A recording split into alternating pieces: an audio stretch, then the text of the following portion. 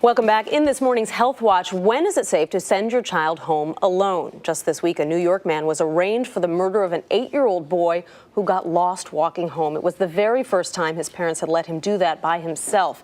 Joining us now with some tips on how to figure out when your child is old enough to be independent is parenting expert Shannon Eis. Shannon, thank you so much for being here this morning. Good morning, Nancy. And it's such a horrific story. It makes you want to say, my child can never be alone, ever. Right. But you say that parents should pay most attention to their children's abilities. Yeah, in our research for this story, a lot of parents were saying not till high school. Isn't that crazy, the things that will happen before then? But yes, you know your child better than anyone. There is no standard for this. You know your child's abilities, their confidence level. It's really important to assess those things. Are they getting turned around easily? Only you know what their daily sort of mechanisms for problem solving are. You say it's also really important to focus on what their environment is. What exactly should parents be thinking about? This is the environment that you can't control. Are there sidewalks in your neighborhood? Are there too many shortcuts that take your child out of plain view? So nix those off the list. What are the traffic patterns? Are there crossing guards? Are there other families that are walking? It's really important that you assess a lot of that before even making the decision. Another big question that people have is, when is it okay to leave my child at home by themselves?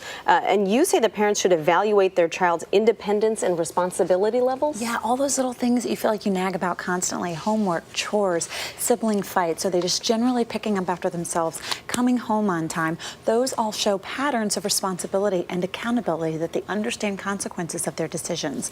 All of those really do boil up to big decisions like independence. Okay, so you've got a bunch of tips about what to do if you think your child might be ready to walk home alone or stay home alone. So let's go through those. First of all, you say discuss stranger dangers. Oh yeah, it's a term we don't like, but it's such a reality. So just refresh. Are they allowed to talk to strangers? I'm going to guess not. So what is the framework for that? The one thing we constantly remind our children is no grown-up should be asking a child for directions. Right. And that is a good rule. If you're going to upset someone by not being responsive, that's okay. I'd rather risk that. Right.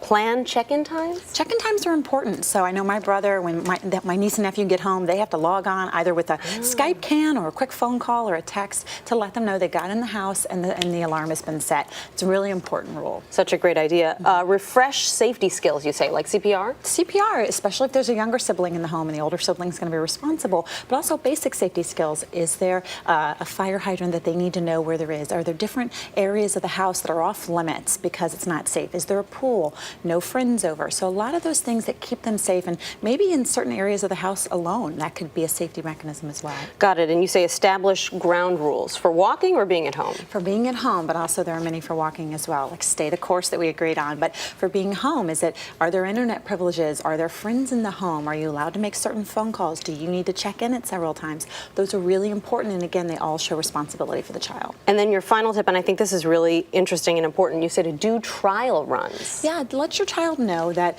there's going to be a ramp-up process here. So maybe you go to the grocery store for 30 minutes and you're only a couple miles away and you're reachable on the phone. So they have a little bit of that safety feeling, but it gets them used to being sort of master of the house, but with you close by. It's important to do those a few times so they don't have a little bit of that panic that can set in. Got it. You're not spying, you're just helping them transition. Available, yes. Give it. Well, Shannon Eis, thank you so much for joining us this morning. So important and so troubling for parents knowing exactly when the right time is to, give the kids the keys and say, okay, you're in charge of your own life a little bit. And an important step as well. Got it. All right. Well, for more tips on when to give your kids more freedom, go to our partner in health, WebMD.com, and search Child Independence.